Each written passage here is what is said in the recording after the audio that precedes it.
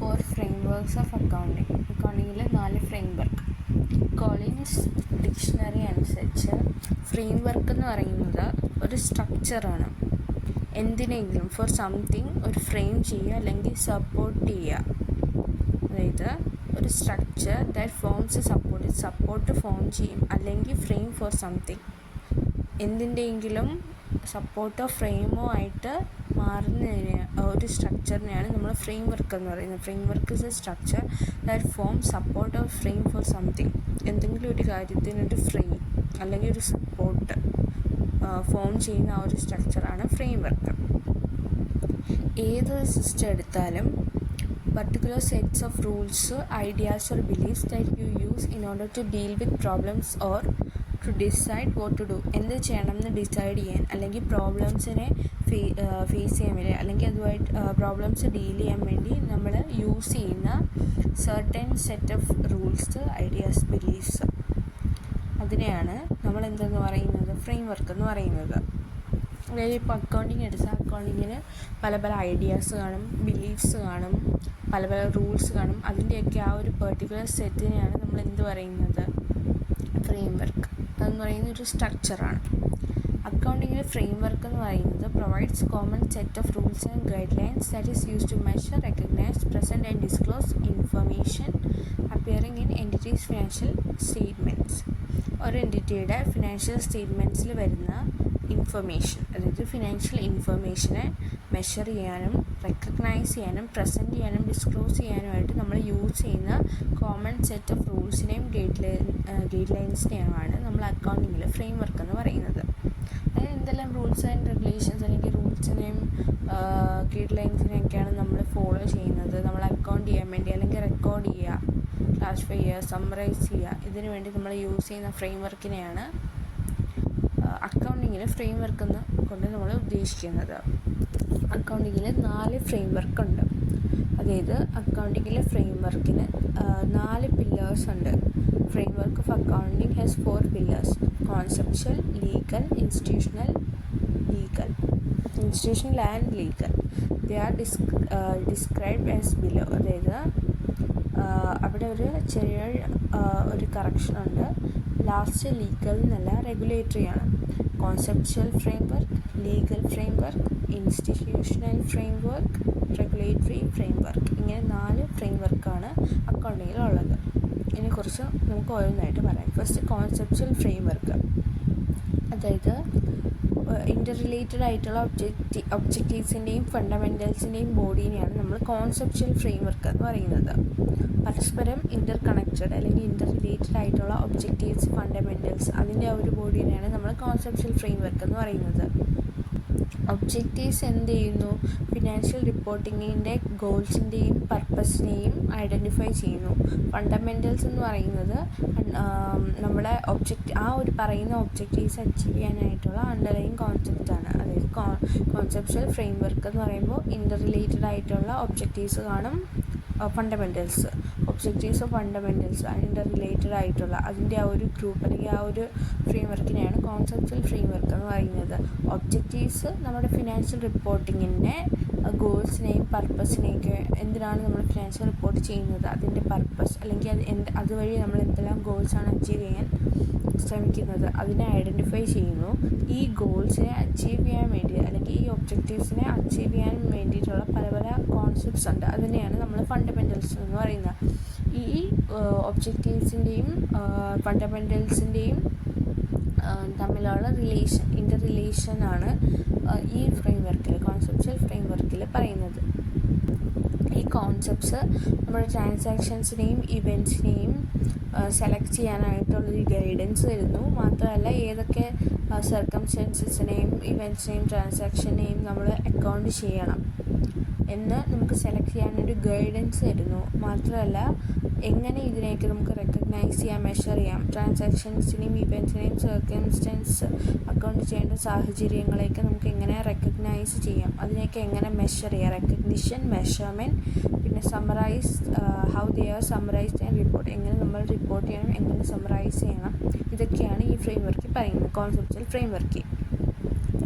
ഇതെന്ന് പറയുന്നത് general purpose financial റിപ്പോർട്ടിങ്ങിൻ്റെ ഒബ്ജക്റ്റീവ്സിനെയാണ് state ചെയ്യുന്നത്. അതായത് സാധാരണ ഉള്ള ജനറൽ പർപ്പസ് ഫിനാൻഷ്യൽ റിപ്പോർട്ട് അതിൻ്റെ ഒബ്ജക്റ്റീവ്സിനെ സ്റ്റേറ്റ് ചെയ്യുന്നു. മാത്രമല്ല ഇൻഫർമേഷൻ പ്രൊവൈഡഡ് ബൈ അത് തരുന്ന ഇൻഫർമേഷൻ, അങ്ങനെയുള്ള ഇൻഫർമേഷൻ എങ്ങനെയുള്ളത് general purpose financial reporting and general purpose financial ഇൻഫർമേഷൻ്റെ ഒബ്ജക്റ്റീവ്സിനെയാണ് കോൺസെപ്ച്വൽ ഫ്രെയിംവർക്ക് പറയുന്നത്.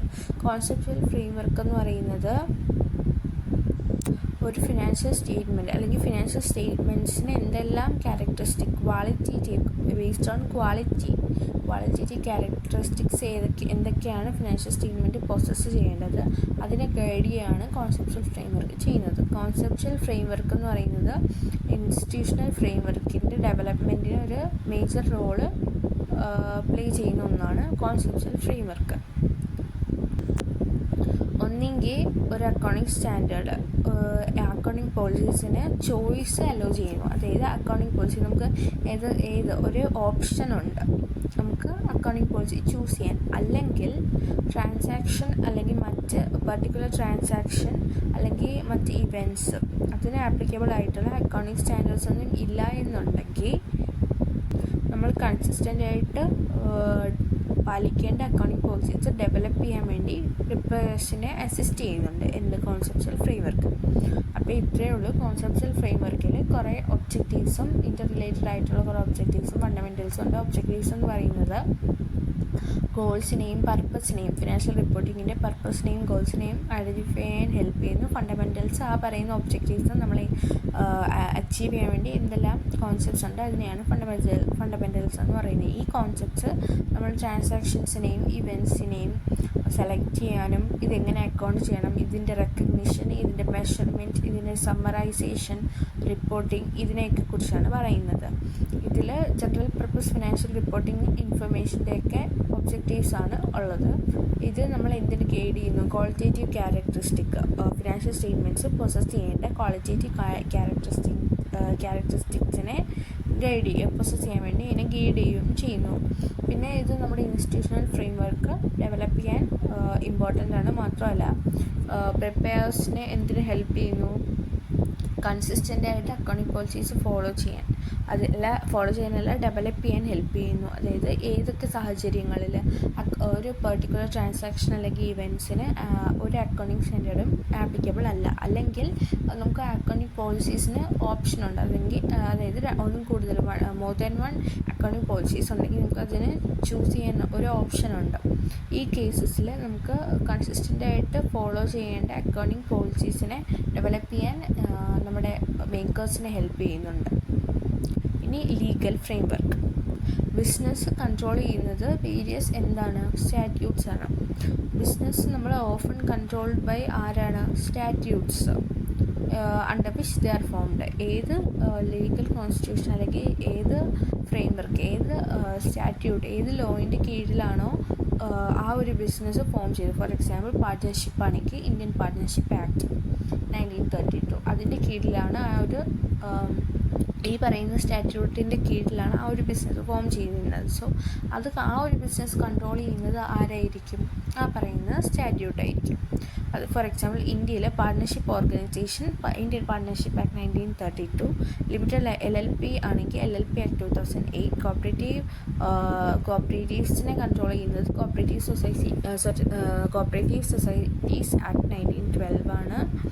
കമ്പനീസ് ഗവൺ ചെയ്യുന്നത് കമ്പനീസ് ആക്ട് 2013 ആണ്. ഇതുപോലുള്ള പല സ്റ്റാറ്റ്യൂട്ട്സിൻ്റെ കീഴിലാണ് ഓരോ ബിസിനസ്സും വരുന്നത്. സോ ആ ഒരു സ്റ്റാറ്റ്യൂട്ട് അനുസരിച്ചായിരിക്കും ആ ബിസിനസ് കൺട്രോൾ ചെയ്യപ്പെടുന്നത്. ഇൻ അഡീഷൻ ബാങ്ക്സ് കൺട്രോൾ ചെയ്യുന്നത് ബാങ്കിങ് റെഗുലേഷൻ ആക്ട് 1949 അനുസരിച്ചും ഇൻഷുറൻസ് കമ്പനീസ് ഇൻഷുറൻസ് ആക്ട് 1938 അനുസരിച്ചും electricity companies central electricity act 2003 അനുസരിച്ചുമായിരിക്കും കൺട്രോൾ ചെയ്യപ്പെടുന്നത്. ഈ പറയുന്ന എല്ലാ സ്റ്റാറ്റ്യൂട്ട്സും ഇൻക്ലൂഡിങ് പല റൂൾസ്, ഈ കമ്പനീസ് ആണെങ്കിൽ കമ്പനീസ് ഇൻകോർപ്പറേഷൻ റൂൾ പോലുള്ള കമ്പനീസ് റൂൾസ് ഉണ്ടായിരിക്കും. സോ കമ്പനീസ് റൂൾസ് ആയാലും ഈ പറയുന്ന എല്ലാ ആക്ട്, ഈ പറയുന്ന സ്റ്റാറ്റ്യൂട്ട്സ് ആയാലും അഡ്മിനിസ്ട്രേറ്റീവ് സെറ്റപ്പ്, ഈ ഓർഗനൈസേഷൻ്റെ അഡ്മിനിസ്ട്രേറ്റീവ് സെറ്റപ്പ് മാത്രമല്ല ഗവൺ ചെയ്യുന്നത്, പിന്നെ എന്തും ചെയ്യുന്നുണ്ട്, പല പല ഗൈഡ് ലൈൻസ്, ഇമ്പോർട്ടൻ്റ് ആയിട്ടുള്ള ഗൈഡ് ലൈൻസ് പ്രൊവൈഡ് ചെയ്യുന്നുണ്ട്. എന്തിന്? റിസോഴ്സ് യൂട്ടിലൈസേഷൻ ആയാലും റിസോഴ്സിൻ്റെ ഫിനാൻസിങ്ങിനായാലും ആവശ്യമായിട്ടുള്ള ഗൈഡ് ലൈൻസ് പ്രൊവൈഡ് ചെയ്യുന്നുണ്ട്. മാത്രമല്ല ബുക്സ് ഓഫ് അക്കൗണ്ട്സിൻ്റെ മെയിൻ്റനൻസിനും ചില സ്പെസിഫൈഡ് ട്രാൻസാക്ഷൻ്റെ ട്രീറ്റ്മെൻറ്റിന് വേണ്ടിയിട്ടുള്ള ഗൈഡ് ലൈൻസും തരുന്നുണ്ട്. For example companies act 2013 companies accounts rule 2014 എന്ത് പ്രൊവൈഡ് ചെയ്യുന്നുണ്ട്? പല provisions based on the maintenance of accounting records, accounting for issue and redemption of security, investment to be done, consultation and even winding up of കമ്പനിയുടെ winding അപ്പിനെ കുറിച്ചും കൺസോൾട്ടേഷനെ കുറിച്ചും, എന്തൊക്കെ investments നടത്തണമെന്നതിനെ കുറിച്ചും, issue of securities as well as redemption, പിന്നെ accounting റെക്കോർഡ്സിൻ്റെ മെയിൻ്റനൻസ്, ഇതിനൊക്കെ ആവശ്യമായിട്ടുള്ള പ്രൊവിഷൻസ് നമ്മുടെ companies act 2013 along with companies rules, accounts rules 2014 provide ചെയ്യുന്നുണ്ട്. So companies corporate social responsibility CSR rules 2014 provides guidelines regarding accounting of CSR expenses as well as carry forward and set off of excess amount spent. അതായത് CSR corporate social responsibility, അതായത് ഒരു കമ്പനിയും അവർക്ക് ഒരു റെസ്പോൺസിബിലിറ്റിയാണ് towards what the society. അപ്പോൾ social റെസ്പോൺസിബിലിറ്റിക്ക് വേണ്ടിയിട്ട് companies എന്ത് ചെയ്യണം? കുറച്ച് എമൗണ്ട് സ്പെൻഡ് ചെയ്യേണ്ടതുണ്ട്. അതിനെക്കുറിച്ചുള്ള ലോ നമ്മുടെ കമ്പനീസ് ആക്ട് 2013 പറയുന്നുണ്ട് based on the CSR. So അതിന് CSR എക്സ്പെൻസസിന് വേണ്ടിയിട്ടുള്ള അക്കൗണ്ടിങ്, അത് റിലേറ്റഡ് അക്കൗണ്ടിങ്ങിൻ്റെ guidelines as well as ഈ എക്സസ് എമൗണ്ട് ഉണ്ടെങ്കിൽ, എക്സ്പെൻസസിന് എക്സസ് ആയിട്ട് CSRൻ്റെ എമൗണ്ട് ഉണ്ടെങ്കിൽ അതിൻ്റെ carry forward set off based ആയിട്ടുള്ള ഗൈഡ് ലൈൻസൊക്കെ നമ്മുടെ കമ്പനി CSR റൂൾസ് 2014 പറയുന്നുണ്ട്. Thus legal framework plays important role in accounting. So നമ്മുടെ അക്കൗണ്ടിങ്ങിൽ രണ്ടാമത് ഇമ്പോർട്ടൻ്റ് ആയിട്ടുള്ള ഒരു റോൾ ഉള്ളത് ലീഗൽ ഫ്രെയിംവർക്കിനാണ്. Schedule of this act also provide important guidelines on the form and contents of financial സ്റ്റേറ്റ്മെൻറ്റിൻ്റെ എന്തൊക്കെ കണ്ടൻസ് ഉണ്ട്, FSൽ എന്തെല്ലാം കണ്ടൻസ് ഉണ്ട്, അതിൻ്റെ ഫോം, ഇതിനെയൊക്കെ കുറിച്ചുള്ള ഇമ്പോർട്ടൻറ്റ് ഗൈഡ് ലൈൻസ് പ്രൊവൈഡ് ചെയ്യുന്നുണ്ട് ഈ ആക്ടിലെ ഷെഡ്യൂൾസ്. അതായത് നമ്മുടെ കമ്പനീസ് ആക്ട് 2013 ഷെഡ്യൂൾസ് ഉണ്ട്. ഈ ഷെഡ്യൂൾസ് ഫിനാൻഷ്യൽ സ്റ്റേറ്റ്മെൻറ്റ്സ് എങ്ങനെ നമ്മൾ അതിൻ്റെ ഫോമിനെയും കണ്ടൻസിനെയൊക്കെ കുറിച്ചുള്ള ഇമ്പോർട്ടൻറ്റ് ഗൈഡ് ലൈൻസ് പ്രൊവൈഡ് ചെയ്യുന്നുണ്ട്. സോ ലീഗൽ ഫ്രെയിംവർക്ക് ഇത്രയേ ഉള്ളൂ. നമ്മുടെ ബിസിനസ് എന്ന് പറയുന്നത് കൺട്രോൾ ചെയ്യുന്നത് സ്റ്റാറ്റ്യൂട്ടാണ്. ഏത് സ്റ്റാറ്റ്യൂട്ടിൻ്റെ കീഴിലാണോ അത് ഫോം ചെയ്തിരിക്കുന്നത് അതനുസരിച്ചായിരിക്കും നമ്മൾ ബിസിനസ് കൺട്രോൾ ചെയ്യപ്പെടുന്നത്. ഇപ്പോൾ കമ്പനീസ് ആണെങ്കിൽ കമ്പനീസ് ആക്ട് ഉണ്ട്, പാർട്ണർഷിപ്പ് ആണെങ്കിൽ ഇന്ത്യൻ പാർട്ണർഷിപ്പ് ആക്ട് ഉണ്ട്, LLP ആണെങ്കിൽ LLP ആക്ട് 2008 ഉണ്ട്. പിന്നെ സ്പെസിഫൈഡ് ആക്ട്, അതായത് electricity company, insurance company, banking company, അതിനൊക്കെ banking regulation act, insurance act, ഇതുപോലുള്ള അതിൻ്റെ റെസ്പെക്റ്റീവ് സ്പെസിഫൈഡ് ആക്റ്റും ഉണ്ട്. അത് മാത്രമേ ഇവിടെ പറയുന്നുണ്ട്. അത് വലിയ ഇമ്പോർട്ടൻ്റ് അല്ല. Legal framework means framework based on the legal constitution, അല്ലെങ്കിൽ ബേസ്ഡ് ഓൺ ലോ ബേസ്ഡ് ആണ്. സോ ഇപ്പം പിന്നെ പറയുന്നതെന്ന് വെച്ചാൽ എന്തൊക്കെ തരുന്നുണ്ടെന്നാണ്. അതായത് ഈ സ്റ്റാറ്റ്യൂട്ട്സ് എന്തിനൊക്കെ ഹെൽപ്പ് ചെയ്യുന്നുണ്ട്?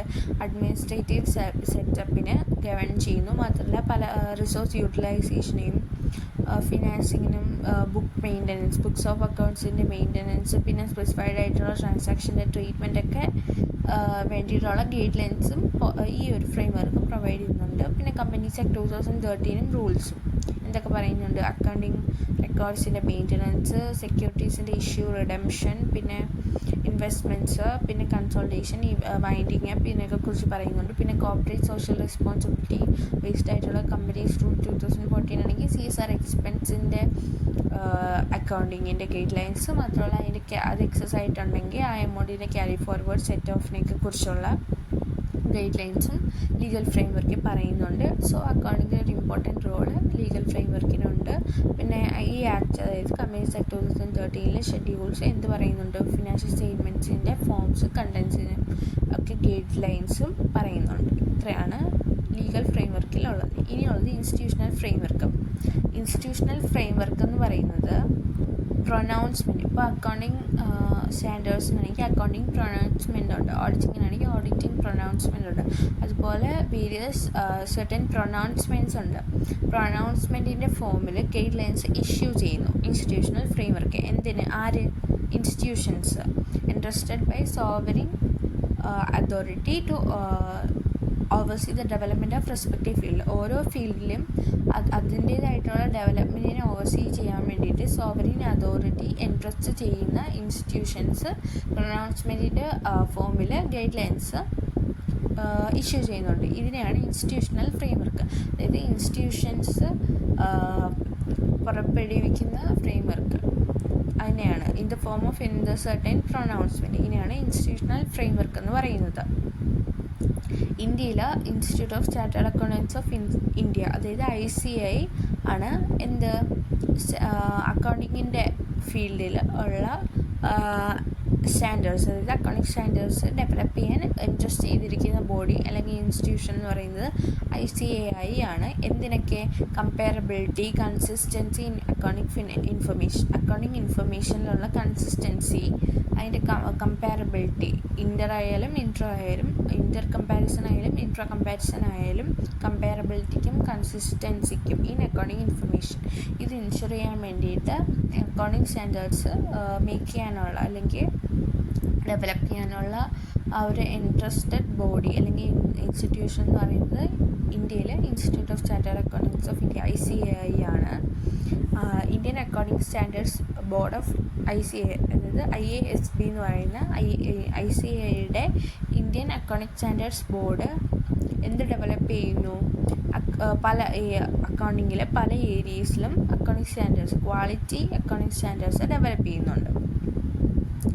കറൻ്റ്ലി 2 സെറ്റ് അക്കൗണ്ടിങ് സ്റ്റാൻഡേർഡ്സാണ് ഇന്ത്യയിലുള്ളത്.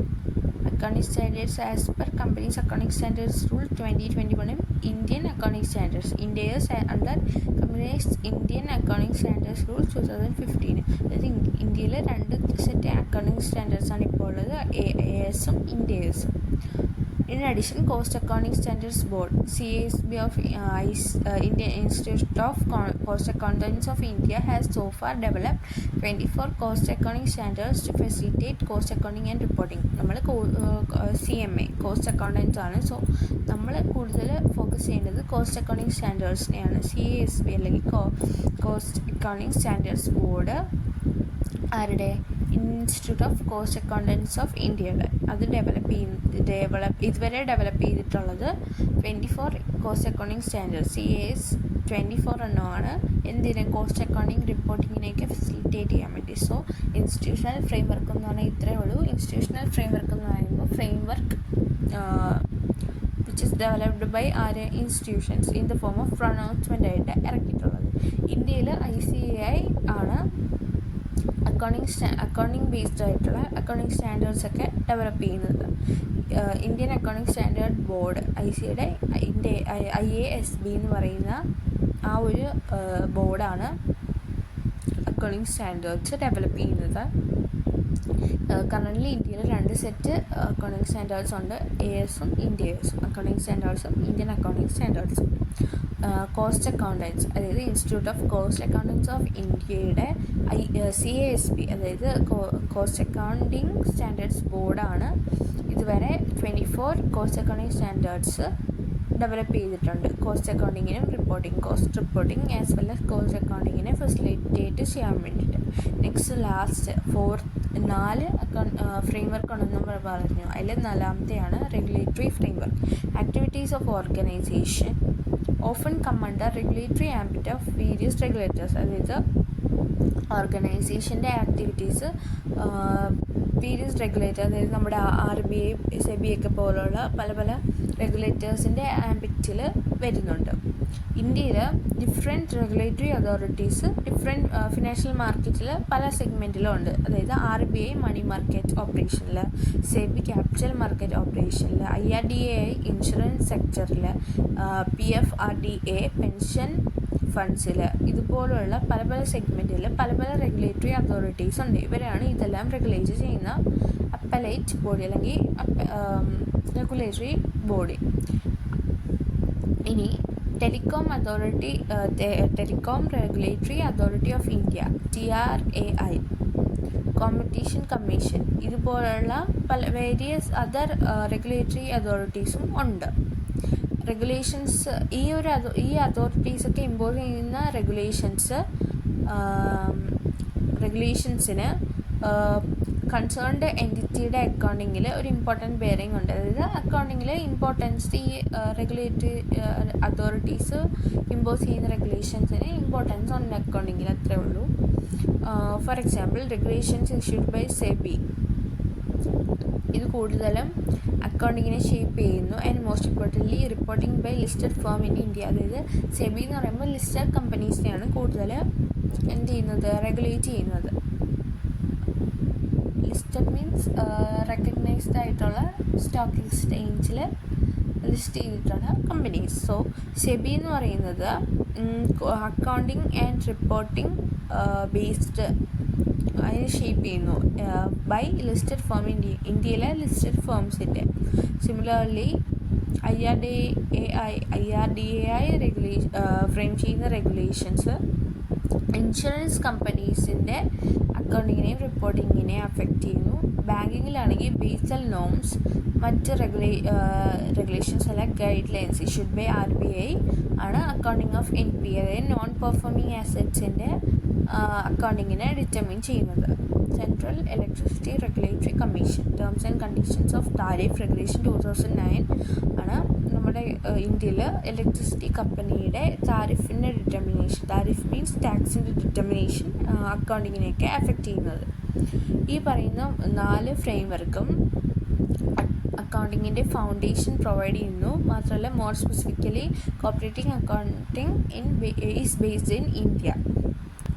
ഇന്ത്യയിൽ അക്കൗണ്ടിങ് സ്പെസിഫിക്കലി പറഞ്ഞാൽ കോപ്പറേറ്റ് അക്കൗണ്ടിങ്, അതായത് കമ്പനിയുടെയൊക്കെ അക്കൗണ്ടിങ്, ഇതിനൊരു ഫൗണ്ടേഷനാണ് ഈ പറയുന്ന 4 ഫ്രെയിംവർക്കും കൊടുക്കുന്നത്. എന്തിനൊക്കെ ഇത് ഹെൽപ്പ് ചെയ്യുന്നുണ്ട് ഈ ഫ്രെയിംവർക്ക്?